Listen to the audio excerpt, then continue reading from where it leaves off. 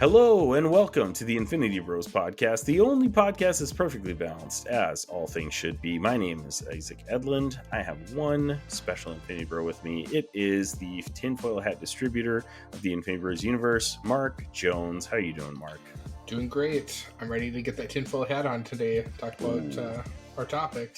Yep, tinfoil hat that is nice and shiny and looks great, just like Peacemaker's helmet, because that's what we're talking about. Peacemaker season 2 finale, and we're going to talk a little bit of nerd news. But we had just a wild finale that we felt like we had to discuss, because we just had an episode last week, talked about the episodes leading up to, which those were big climactic episodes, and we expected the finale to be, but we'll talk about that at the end of the episode. We are going to talk a little bit of nerd news first, but I do want to say that we have a Patreon that you can listen to Mark and I talking a little behind the scenes stuff. Here, Mark sharing some of his card collection behind him. And we get to chat just life. And last week especially, we had an awesome Patreon episode just talking like fatherhood for I feel like we talked about being dads and our kids for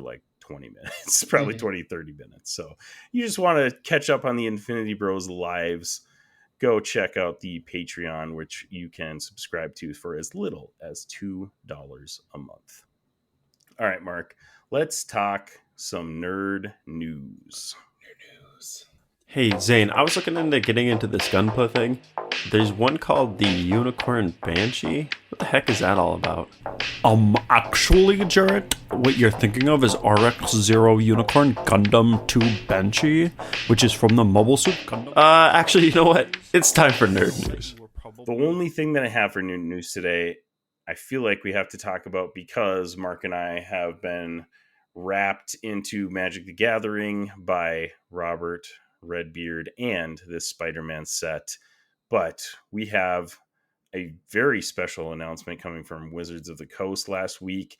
They had a unannounced Nickelodeon set that is coming in 2026, and they revealed at New York Comic Con that set is the Teenage Mutant Ninja Turtles, which looks insane. They already revealed a bunch of cards, and they have 4 total, so 3 other Universes Beyond sets coming next year as well, which I'll go over in a bit here. But Mark, I think all of us in the millennial generation have at least a little bit of attachment to Teenage Mutant Ninja Turtles. So what did you think of them announcing this set, and is that something that you will be participating in? I thought it was interesting. I was like, oh yeah, going with the Nickelodeon drop. I was thinking okay, what other cartoons are they going to do? And I totally blanked that, hey, they own or have rights to that, so that makes sense. But then I go to the Magic purist that I've went down the proverbial rabbit hole with the Spider-Man set.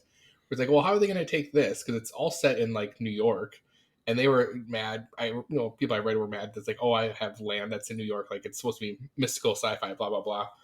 But it's I don't know. Will Teenage Mutant Ninja Turtles carry more weight than the Spider-Man universe? So it'll be interesting on the investment side of things, or the prices of cards, how that will look. But I'll be on the lookout for. They have to have.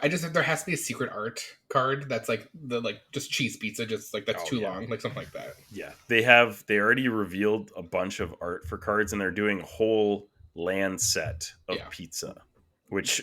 There you go. So then there's got to be the crazy from the cartoons back in the late 80s, early 90s. So and somebody actually referenced too. They're like, man, we got to get the classic 80s cartoon, and then they also referenced the Goofy movie where the cheese is just just stringing, and it looks like you just oh man, I want a piece of that pizza right now. Right. So it would be miss if they didn't add some type of pizza in this set. So, and I think they already announced too that they have a pizza bundle that is going to come with, I don't know, maybe some art cards and a bunch of packs and stuff like that. So pizza is going to be a central theme. Talking about going, I know you were talking Nickelodeon, but Secret Lair has a drop tomorrow, I believe, with Magic for an Iron Maiden Secret Lair set. Dude. And I'm a big Iron Maiden fan for music, so I'm I have to I might need to text Robbie because I'll be at work, be get me the set, please, and I'll pay you back. Dude, oh yeah, I know Robbie's he'll be always on on, those so. things, so for sure. But that I would like, because I got the Princess Bride one was the last one I got unopened, and actually just thinking about that, I have to have another box somewhere because I did not find it in any of this stuff. Oh, okay, there you go. So you're just gonna be uncovering just goodies for months. I just literally thought like, hey, that secret layer box is not what I opened up today or unpacked. So yeah, you just got a box like that's like up in your storage closet by the kitchen or something like that. Luckily, there's a wall of boxes right here, like this way. It's in that, so it's in there somewhere. Mm-hmm. But yeah, I mean, I think there was a pretty good inkling from a lot of people that Teenage Mutant Ninja Turtles would come to Magic at some point. Mm-hmm. And it kind of makes sense with, like you said, I mean, Spider-Man being set in New York City. And I saw a joke on X about how we're returning to the plane of New York City next year already. So that's, I mean, like you said, the Magic purists, hear me out. Maybe not super thrilled about this, but we already got Spider-Man. We already got Marvel. Yep. New York City. Yep. We have the Teenage Mutant Ninja Turtles coming. So the next logical step is a Daredevil set. Oh. Because, proverbially, the same ooze that created the Teenage Mutant Ninja Turtles is the same stuff that gave Daredevil his powers. True. Okay, so if you want to go down that lore conspiracy along those lines, because you got the hand in the foot, come on, hand in the foot. I know it fits so perfectly. That would be amazing. Oh, that would be so cool. Mm-hmm. But along those lines, there are 3 other Universes Beyond sets that are coming out in 2026, and they announced that one of them is a Marvel superhero set. So it's not Daredevil specific, but a good chunk of the Marvel universe takes place in New York City, a kind of a startling amount of it. I'm sorry. I'm going totally on a tangent on this. Can you imagine if season 2 of the Daredevil is the team up he has is the Teenage Mutant Ninja Turtles? Oh my gosh. Can you imagine if like surprise suckers if the Turtles are in Marvel? You know what? Like, I wouldn't even be mad about that. I think that would be so awesome. That would be no introduction. They've always existed. They're here. Oh my gosh. That would be insane. So it's just Daredevil and the Turtles fighting everybody? That would be insane. And I would be 100% all for it because that is one of the best crossovers that I could ever imagine. Along with that, so we got the Marvel Superheroes set. We have the Hobbit set that, we had Lord of the Rings. Mm-hmm. Oh, gosh, that was probably 2 years ago now already, right? It's got to be because I bought them and I sold one of the collector boosters a few months ago. So that makes sense. And then we're also getting a Star Trek set, which is interesting that they're coming with the Star Trek set instead of a Star Wars right off the bat. I know that Star Wars has Star Wars Unlimited, and Lorcana also is a thing that they potentially could dabble in Star Wars as well. But it feels like with all of these Universes Beyond sets coming, it's gotta be coming at some point down the road. With Lorcana, did you see the fabled basically main character is Tripline, or what am I blanking on from the Goofy movie? Is that Tripline? What am I blanking on? Power. Gosh, why? Yeah, I know what you're talking about. I'm so old. Goofy movie's only like a 3.01. Power Tripwire, Power Line. Is it Power Line? Goofy movie. I don't remember which exactly. Oh yeah, I did see that set though. The fact that Goofy movie is making it into Lorcana. Great stuff. It's impressive. I love that. Lorcana, they have some fun collectible stuff. I feel like the game itself is not quite as fun or complex as Magic or even Star Wars Unlimited. I feel like there's a lot you can do with Star Wars Unlimited too, but it's got some really cool looking stuff. Yeah. Like they really have done a great job at building the lore of that game. And that game definitely caters to a younger crowd. Right. So, and it's not about the collecting aspect of it either. Right. But there are collectible cards. Lorcana and Pokemon with my kids a lot, and I would never even dream of playing Magic the Gathering with them because I don't even know Magic the Gathering. So teaching my kids how to play Magic the Gathering would just not work out very well. And then Star Wars Unlimited is probably something that maybe my oldest could grasp, but it's still a little bit more on the complex side. It does say 12 plus on the in the packs, 12 plus. The Stars Unlimited packs do? Yeah, okay. 12 plus. I mean, it's simple enough that you could potentially get it, but it's definitely a lot more complex than Lorcana. Lorcana is pretty straightforward.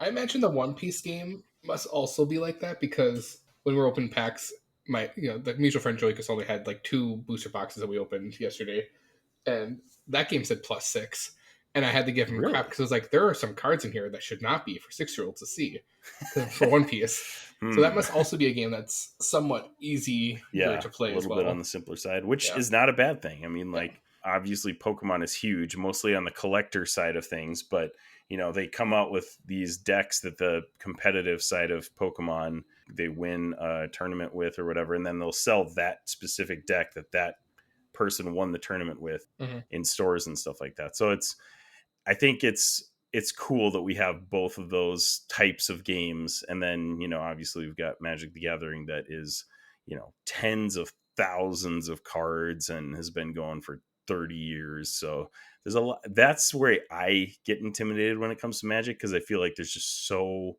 much that I don't know about it. And it feels a little overwhelming sometimes. But it is. I mean, I've been to card shops where it's just like I see these like dudes playing, and or the amount of money I've seen people in person spend on to build a deck. It's like, do I need to spend $3,000 to have if I want to be competitive? Or and a good thing that there's commander decks where you can just buy the commander deck and go in and try to play a commander game. But and that's where I come at it from. It's like, hey, I can go to Target, get a $40 or $50 pre-con, and I'm fine with that. Yeah, that's the level of Magic that I'm comfortable with playing, because those decks are made to be like just set up and play. But I mean, I know that a big part of Magic is, building your own deck and what synergies go with what and all that stuff. I'm not there yet, but with all these sets coming out, maybe I'll get there eventually. Who knows? And with Robbie, continuing to drag us down into the Magic the Gathering black hole. The black hole of Magic the Gathering. Lots to look forward to in Magic the Gathering. Next up on Nerd News, just one more thing that I wanted to mention. We're probably not going to spend a whole lot of time on this because it was just a brief look, but a teaser trailer for Wonder Man dropped last week, and it is really interesting. I don't know much about Wonder Man. I will hand up, I know basically nothing about him. So the fact that we're getting this character into the MCU is very interesting. I don't understand how this is going to play into the MCU at large. Maybe it won't at all. I don't know. Mark, what did you think about this trailer? And do you feel like this is going to play a part in the future of the MCU? Well, at this point, especially with all the we're going to really scale back in Disney Plus shows, I imagine you're still going to bring him in for something. I mean, given that Wonder Man's power set, and I find it interesting that it's going to be a superhero show about them making a superhero movie, but based off a character where clearly in the Marvel universe, there used to be superhero films, and apparently that just was not popular anymore because, there's actual superheroes that exist. Right. That makes sense. Okay. I'm going into this show with zero expectation. So then when I watch it, it'll rock my socks off because I didn't be like, where's any of these characters? But I saw a snippet going through, or like a screenshot of the trailer of there's like a one where it's like a bunch of costumes or like characters. So like clearly, like, are they going to be like inspirations for a suit, inspirations for like villains in the movie, or like what was the purpose of because one of them's like a Thor outfit or Captain American outfit. Like, what are they doing here? Yeah, so I don't know. It's really interesting because it seems very like meta almost in a way. Like we're talking about making a film about superheroes while we're watching a TV show about superheroes, And that's another thing. Like, will Wonder Man be a mutant? Is that how they're going to do it? Or like he's a human who became mutated type of thing? Like, does he get a serum of some kind? Is it a cosmic thing? Is it like some form, like, a different version of like, not gamma radiation, but something like that where does he get Fantastic Four and get superpowers type of thing? But so it'll be interesting if they do that. Or is this guy he always has his powers. We don't really get an origin story of it. And it's just like, we're just plooped right into interesting. This. Okay, so here's just like a very brief intro to Wonder Man. His name is Simon Williams. He's basically the son of a rich like corporate guy, and he basically tries to like embezzle some funds or something like that and ends up falling into a supervillain crowd and gets transformed into an ion powered superhuman. Okay, so that's His powers are ion based in the comics, and he obviously acquires them. So he's not a mutant in the comics, but I don't think it's out of the question that they make him a mutant in this, especially with, you know, mutants coming down the line after Secret Wars. So it'll be interesting to see how they play that origin story. And again, I'm literally reading this off of a wiki. I know nothing about Simon Williams or Wonder Man, so it will be interesting. It started out as a supervillain, and then the Avengers kind of like recruited him after they had some All right. entanglements with as him. I'm now also on Wikipedia looking at this, or at least the cast. The Grim Reaper is a character in the show. Yes, that's been announced. So for a like, while. is Ghost Rider showing up or something, or are we getting a Mephisto thing? Like now I'm in the weeds. Now I'm more invested. Now I'm putting too much into this. Now it's gonna be like, oh, Mephisto never showed up, so like the show sucks. So yeah, that Grim Reaper casting or Death has been a thing for a while. And in the trailer, we saw Trevor Slattery shows up, who, you know, has kind of been a running character in the MCU now. Who would have thought that from Iron Man 3, he's someone that just keeps pulling the chain of. Who would have thought? Of like, yeah, he's a character we'll just throw in once in a while. It's like, does Ben Kinsey like have an in with somebody? He's like, hey, I love this character. Yeah, put me in anything. Right. Yeah. So I don't know much about this, but I'm kind of the same page as you, is going into this with zero expectations. I think that's a good thing, because the movies that I have gone into with low expectations, including Fantastic Four and Thunderbolts, I felt like very highly exceeded my low expectations, and I really enjoyed both of those movies. So I don't think going into a series, especially a Marvel series at this point, is a bad idea. And that's probably what's going to be happening to me when this rolls around. They did actually just push back the release date to January of next year, though. It was supposed to come out in December, but now they said that it's supposed to debut on January 27th, 26, which is kind of, I feel like that's kind of a late push. You know, it's only 2 months away and they pushed it back a month. So kind of interesting. Probably to do with finances getting to the next quarter. Maybe. Everything always comes down to money, doesn't it? It's usually how it works. It always does. I think there's a lot of potential in this. I'm intrigued by the intro of a character that maybe doesn't have as much like fanfare as, you know, a lot of these other, like, you know, in phase 4 and a little into phase 5, we've got our intros to like Moon Knight and Ms. Marvel and She-Hulk, a lot of these other characters who have pretty extensive comic backstories and fans too. Like everybody was pumped about those characters coming into the MCU. So to have a character like this, who maybe is a little bit more of like a C-lister type character coming to their own series, I think it's interesting. We'll see how it goes. Do you have any other thoughts about Wonder Man? I guess in our talks and being on the podcast, I guess my one expectation would have, because I've had with these newer shows that are supposed to tie to the MCU, I at least want some connection. I want, whether it's even just a picture or something, just, or at least it ends with Shang-Chi showing up and be like, hey man, we need you. Or like Doctor Doom. Like they probably won't do that, but you know what I mean? Right. Like just something that draws the line to like the next project, or, you know, a current one where it's. And we've been talking about that pretty extensively over the past like year on this podcast. I feel like is that Marvel kind of dropped the ball after Endgame as far as like the direction of the universe and those post-credit scenes, because that's really what drove the setup in a lot of those movies prior to Endgame. And we just haven't been getting those, unfortunately. You know, little bits and pieces here, and a lot of it we might never see again, you know? So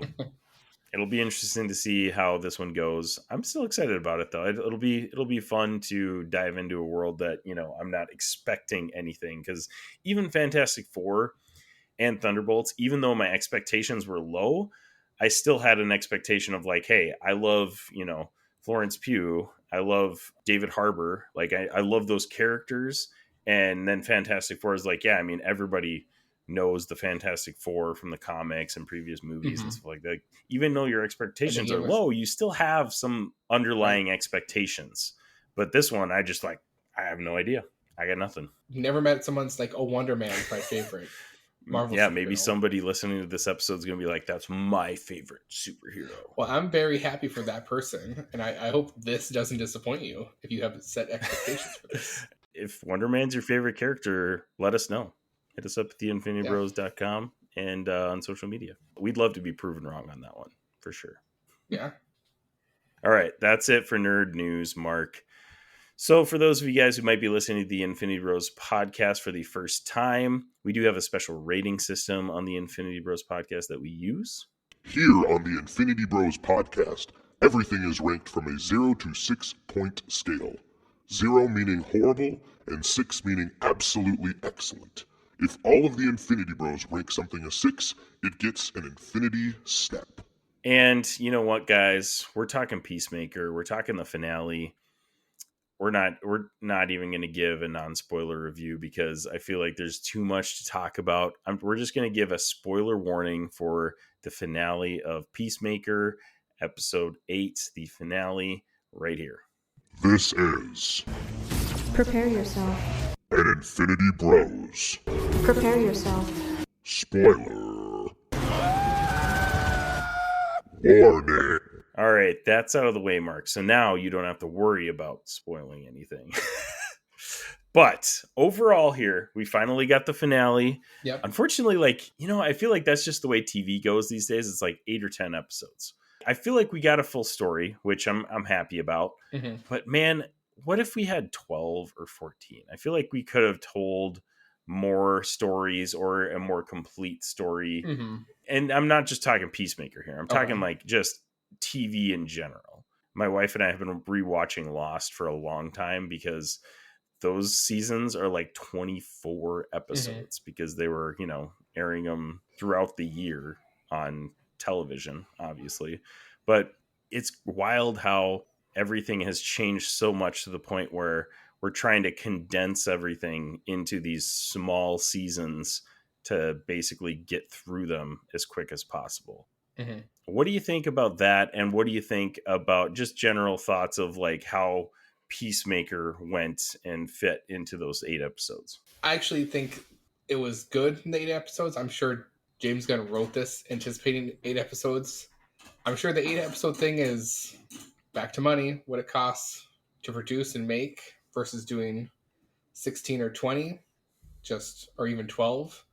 I'm sure the cost would overwhelm, or like we end up getting like a CW show. Not to knock CW DC stuff, but there's a reason why the suits and production just a little bit lower because they're doing 16 to 20 some episodes. And I honestly think James Gunn has done a great job in that 8 episode realm where I like with this whole stuff. Yes, I want more story, but looking back at it, it's like, do we run the aspect of we just get 2 filler episodes, we get a flashback episode, and then it's like, is this fun? Does this really matter, or are they just doing this to have 10 episodes? So, and the 8 episode thing is kind of like a structured model that they do in England, where that's kind of, they do 8, even 3 episode series, and they just make sure it's well written and just a banger after banger. And I feel like Peacemaker's done a great job this season at that. So I feel like 8 episodes is enough as long as you have a guy like James Gunn who is, obviously creating this story to fit within those 8 episodes, because Marvel ran into some problems when they were making their TV shows. They're trying to cram so much into like 6 episodes, and 2 more episodes could have done those stories a lot more justice. So 8 episodes I feel like is not a bad length. Would I love more? Absolutely. I think that it's just the way things go. And like you said, the cost of things is so crazy now, because I'm looking at some of the shows that have come out over the past few years. Rings of Power, their cost per episode was like $60 million, which is absolutely not insane per episode. For No way. Okay. Yeah, you keep talking. I'm looking at an overview right now, so it's possible that is incorrect. But Stranger Things, $30 million per episode. WandaVision, $25 million per episode. So I mean, we're getting up there now, where these TV shows. Gosh, you weren't wrong. Yeah, it's insane Per episode. That's the first season. Rings of Power too. I think the reason why a lot of that was expensive was they went back to a lot of practical stuff, and that's high fantasy. That's a lot of people working on costumes and sets, and Right. That's another whole topic if you talked about where people think, oh, give us practical effects. Again, it's like, right. CGI stuff's crap. It's like, well, CGI stuff's now cheap. Yeah, right. And I know. Practical. I mean, it's awesome, and I love it. And you got to bring an old art form back. You got to find people that can do it. Niche market now, so you're going to be paying those people top dollar. They'd be out of whatever they're doing normally. Right. That's a whole new can of worms that we're opening up with that. Right. It's and insane. I'm with it. I do think it looks better, but yeah, that's why $60 million an episode. Holy crap! Right. I mean, there's movies these days that don't cost $60 million. That's crazy. And the big budget films these days are pushing $250-300 million, but still, like, there's I would say a good chunk of films like A24. They do a really good job of keeping their production budgets way low. Other studios aren't pushing $200-300 million for their movies. So my tinfoil hat on it. Clearly, whoever's producing Rings of Power is laundering money somewhere. That's what's happening. Because it's literally, so at the list I'm looking at here, it's literally double the amount of Stranger Things that is the next one on the list. Like, and Stranger Things, is it like this coming season that's 30 million per episode, or is that? I would assume that probably includes all of the seasons, but that's a good question. I would imagine this season would be pretty spendy because now all those people are adult. All the kids are now adults, right? And they're requiring have some recognition, and it's like, hey, if you want us to come back, you got to pay us some good money too. So all of the 30-year-old actors playing seniors in high school now, and it's gonna be what it is. It's what it is. I'm still watching it, so it's not going to deter me. I already invested 10 years of my life into the show. Yep, exactly. But yeah, it's interesting to note.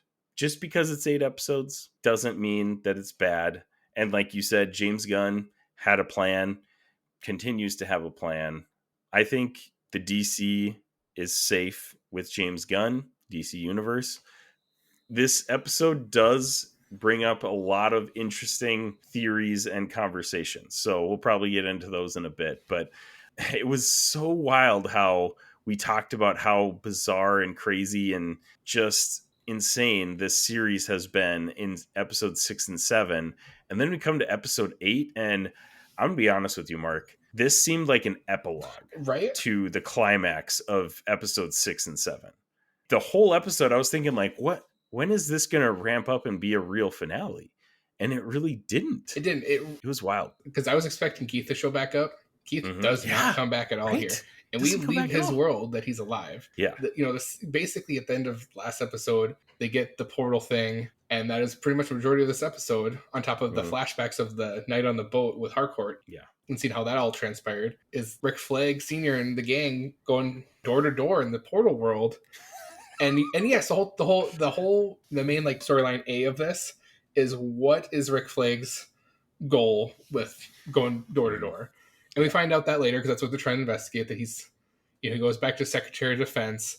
And before I go to that, basically he's now surrounded himself with pretty much all of Lex Luthor's people that we saw in Superman. Yeah. Pretty much all those people are now in that same room that they had, helping him out, figuring out this thing. But it's to find a world or universe or portal to another planet to like drop metahumans. That is the whole goal. It's this other planetary prison. And basically we just watched Rick Flag Sr. evolve to become a villain, I feel like, in this episode. Which is okay. So that's another thing that I wanted to talk about. So we get Rick Flag Sr. in Creature Commandos, and he's working with the Creature Commandos, a whole crew of oddball meta humans. Like, if you even can call them humans, like, they're creatures. That's Creature Commandos. But it seems like there's a big stretch for him to come to this universe, or I mean, it's the same universe technically. Creature Commandos is canon, but he comes to this show, Peacemaker, and then all of a sudden he's so anti-metahuman. Did you think that was a change in character from Creature Commandos? We get through Creature Commandos that he doesn't like. I feel like he doesn't like them, but he knows that they can be useful. He's thinking just like a warmonger. That's what he's thinking there.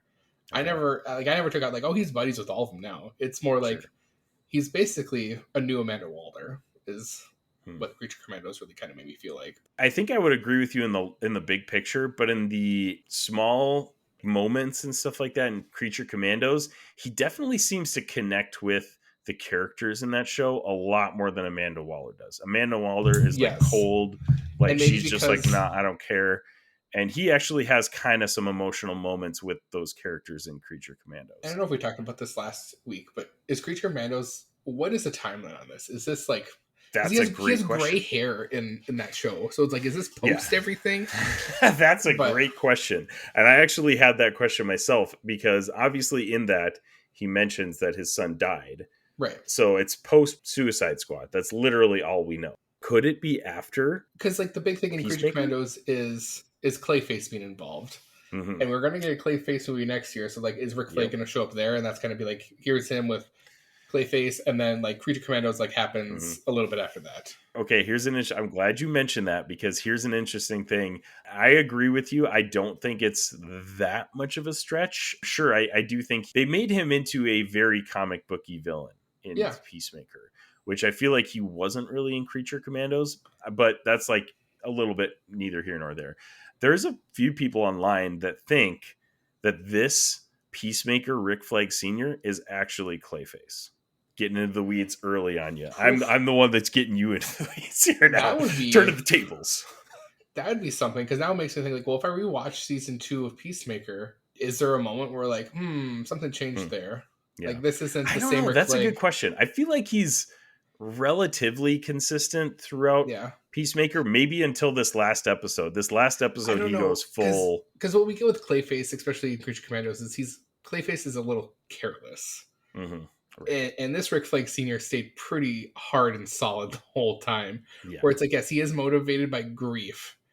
And like it has it just in revenge, revenge and morphed his hatred and grief into like hurting peacemakers any way possible. Yeah. Right. So yeah, it'd be interesting if that does come out, that this Rick Flag is, but usually like what we got in like Clayface kills the person they take over. So yeah, exactly. I just can imagine like that happens, but it wouldn't be surprising. But I feel like we would get something, a little tidbit in Creature Commando if this is after the fact, like, oh, this, this guy, took my identity once, type of thing. Right. Maybe that little story, but I personally think that would make sense theory, why he would work with Lex Luthor. True, but he also was in a point where he also did need that type of help to figure out how to, right. But he's so. I mean, and that I don't think working with Lex Luthor was a stretch in this season, because you could see from the very first episode that he appears in that he is very driven by grief and revenge, like you said. So the fact that he's willing to collaborate with Luthor, that I don't think that's as much of a big deal to me as like I don't even know if you want to call it a discrepancy, but the differences between Creature Commandos and Peacemaker. And maybe it all makes sense once we get more stuff out, but maybe clear to me. Another thing in Peacemaker, this final season or this season 2 finale, his buddies, Lex's guys, getting access back to this technology.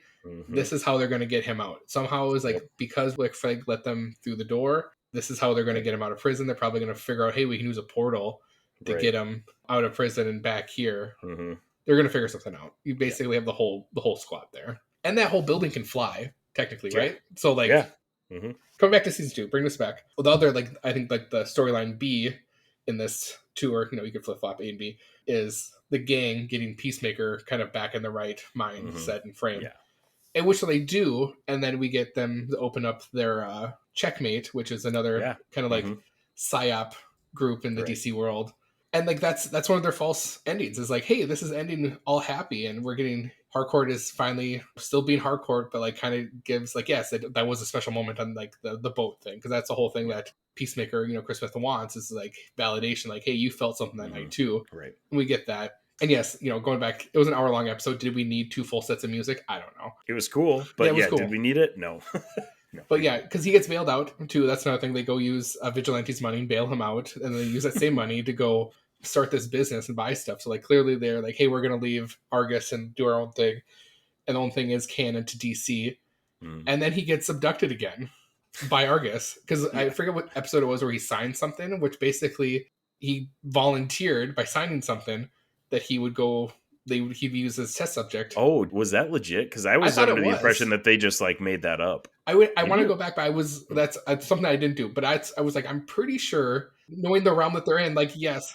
I mean, dude's a meathead, so he probably just was like, boom, boom, boom, sure, and whatever. Rick Flag to cover his butt is, Mhm. he's got to be like, I have legal documentation that said, showed Chris Smith signed something. Yeah, that's a good point, actually, because I just assumed that Rick Flag just like made that up and like forged it or whatever. Right. But it's very possible that he actually did sign something like that.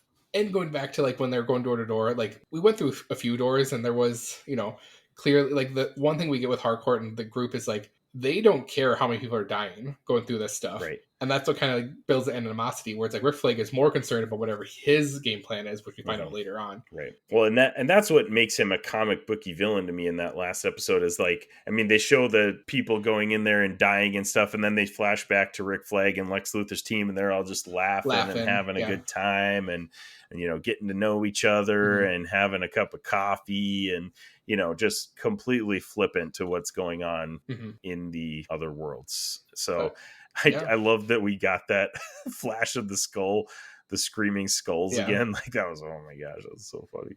But yeah, like we get to see a couple of those worlds. I mean, we already know that there's that Nazi world that Keith is on, and the fact that we have this portal that's going to be open a decent amount of the time. I feel like Keith is going to be coming back at some point, so it'll be interesting. And that's sets up season 3 or future these characters. So that was another thing rumor I saw too, and I don't know how true it is. Apparently, there was potential that Deadpool was going to show up in one of these doors. Yes. James Gunn said he actually talked to Ryan Reynolds about it, but it just didn't work out for whatever. I don't know if it was a DC thing or if it was a Ryan Reynolds schedule thing. I don't know what. I think that'd be pretty neat. Not happen, just a tease of the amalgamation universe. So that would be so cool. And man, I feel like that's eventually going to happen down the line because I feel like more and more DC and Marvel are just like realizing, hey, we can make money off of this. I'm surprised you don't have an animated like trilogy of movies of that. True. That's where I'm actually surprised at this point. We don't have that. Right. But I mean, we get like I think there's been comics for a long current time, run and right now. I was going to say there's a Batman current and run. Deadpool. They just announced that they're going to do a Superman Spider-Man team up, I believe, next year. So it's still happening. It's still happening in the comics, but I think that would be awesome if that came to the screen. That would have been so funny if they just open the door, Deadpool's there, make some joke, and then they just close the door again.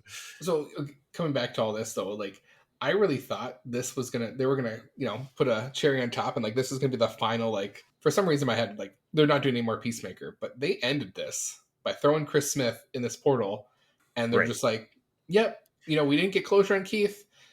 He's now is Peacemaker a nature survivor? I don't know. We'll find out. But now it's like you could do a whole season on him on this other world. Yeah. Doing stuff. Wild. Yeah. So actually, that's a good point. James Gunn had said prior to this episode that they don't have plans for season 3 at this point. We got a plan with Peacemaker. Everybody's thinking like, okay, series finale. It's going to be a big bang. Definitely was not. It was definitely a season finale, not a series. It was a season finale, and I would say he did a great job of wrapping up a lot of the relationship stuff that was going on, like between the team and all that stuff. But at the same time, it's like setting that up. But the thing that he did say is that we will see all of these characters again in the DCU. Right. So even if Peacemaker doesn't get another season, they're coming back in some project down the road. Well, Checkmate for sure with all those, because literally all the characters are now working for Checkmate besides Rick Flag and the Lex Luthor team. So like Checkmate's clearly going to be used to like do some type of psyop or some type of hired gun thing to figure out. But going back to like, well, is Peacemaker just no longer involved, or is somehow the Peacemaker portal thing going to be involved in Lanterns? Is that going to be something? I mean, because that's another show that's coming up where I'm guessing, hearing and reading rumors, it sounds like probably one of the older Lanterns is going to get killed or murdered or kidnapped, and that'll be the other Lanterns going to find him And like, does that involve this world? Is that how another thing gets involved, or stuff Right. gets tied, or whatever? Yeah, there's definitely going to be. I mean, James Gunn is writing and producing all of these films and TV shows and stuff like that. So there's definitely going to be some ties. Just going back to Checkmate. So for those of you guys who don't know, I had to do some research because I'm not a big DC guy. I didn't know what Checkmate was. So Checkmate's a fictional covert operations agency that appears in DC Comics. And I mean, it goes back to like what, late 80s? Yeah, it's been around for a bit. So it's like well established in the comics. And Sacha Bordeaux actually is a member of Checkmate. Peacemaker has been a member. Vigilante, I believe, also has been a member. So it like takes all of these characters that are in this show and kind of wraps it up into a real comic thing, which I think is awesome. You and could James also Gunn do a is really series good. called Checkmate and do it on these I think that's characters. very feasible, especially since we have all these characters that we know and love. Here you go, James. If you hear this, Checkmate could be a series where each episode is like another like C or D, C, or B level superhero that's involved in a mission, and that's how you run it. Absolutely, It's, yeah, that's how you just broaden the scope of the DC universe without committing to. Here's a Condiment Man episode. Yeah, exactly. We're going after Condiment Man. Why is Checkmate going? I don't know. Maybe he knows some secrets. Yeah, I think that's a great idea. I think that would be awesome. The other thing that I was not familiar with going into this episode that we got references to is the Salvation storyline in DC Comics. So, I mean, they're calling this planet Project Salvation. And basically in the comics, the Salvation Run is the comic run that is basically ties into Countdown to Final Crisis, but basically Amanda Waller and Rick Flag in the comics are trying to round up all these supervillains and basically transport them off-world, which is what they do to Peacemaker and what they're planning on doing, hopefully to other supervillains down the road. So, or heroes. Well, it sounds like all metahumans is kind of what Rick Flag. Yeah, that's what Rick Flag was. pushing for sure. So at some point, this might be involved in a big superhero film at some point, because this is like an A-level movie storyline with A-level heroes. So where maybe they start doing with like the lower level stuff, but then eventually the big guys are going to find out about it. When I started digging into Salvation Run and people talking online and what they thought was wrapping into it, a lot of people are thinking that Man of Tomorrow, which is the Superman sequel that James Gunn is writing and directing and everything again, that's coming in 2027. They're thinking that maybe that is a team up, because he already announced that it was going to be a team up of Lex Luthor and Superman. Maybe they get trapped on Project Salvation somehow, and that's why they're teaming up, because they have to get off of Project Salvation. Could you imagine a Man of Tomorrow movie where it's Lex and Superman and they're on Salvation, and then they run into like hardened, survived Peacemaker? He's got like a loincloth on, riding a dinosaur or something. Yeah, and he's like the dude they have to like, who's like getting him through the world. Gosh, and he's like, hey, I've mapped where they ping. They don't do random. They have like 8 locations they like to go to. Oh my gosh, that sounds amazing. Yeah. James Gunn, if you're listening, I want in on. You don't even need to pay me. Just maybe fly me out. I'm just